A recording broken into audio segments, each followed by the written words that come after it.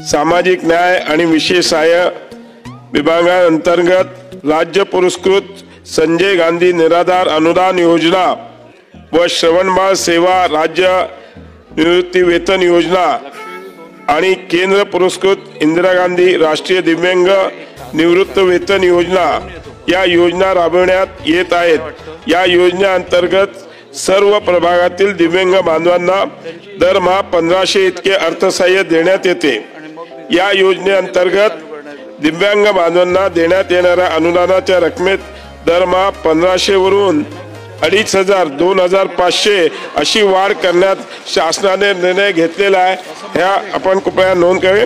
मी यासाठी माननीय मुख्यमंत्री उपमुख्यमंत्री या सगळ्यांचे खूप खूप आभार मानतो।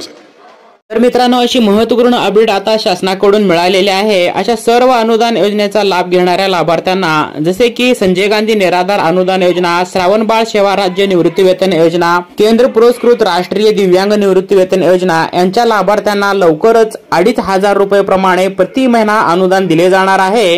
या संदर्भामध्ये लवकरच तसा GR देखील शासनाकडून निर्गमित करण्यात येईल। तशी महत्त्वाची अपडेट देखील आपल्याला या चॅनलवरती पाहायला मिळेल। जास्तीत जास्त हा व्हिडिओ नक्की आपल्या सर्व बांधवांपर्यंत शेअर करा। महत्त्वाच्या अपडेट्स करिता देखील चॅनलला सबस्क्राइब करायला विसरू नका। भेटूया पुन्हा या संदर्भात अशाच एखाद्या नवीन व्हिडिओत। तत्पूर्वी जय हिंद, जय महाराष्ट्र।